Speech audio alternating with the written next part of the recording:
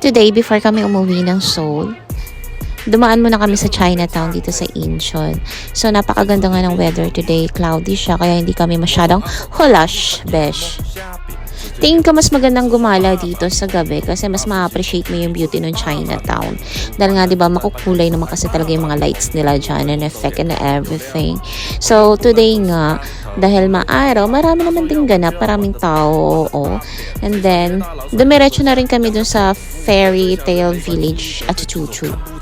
Yan, meron din pala dito yung si Ice Cream Man. Na ewan ko ba kung inuuto lang talaga yung customer niya.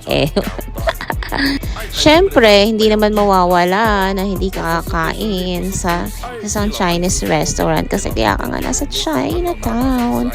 Yan, para ka lang din nasa Binondo style. Pero mas malinis siya in fairness. And then, yan, masarap din yung pagkain nila dyan.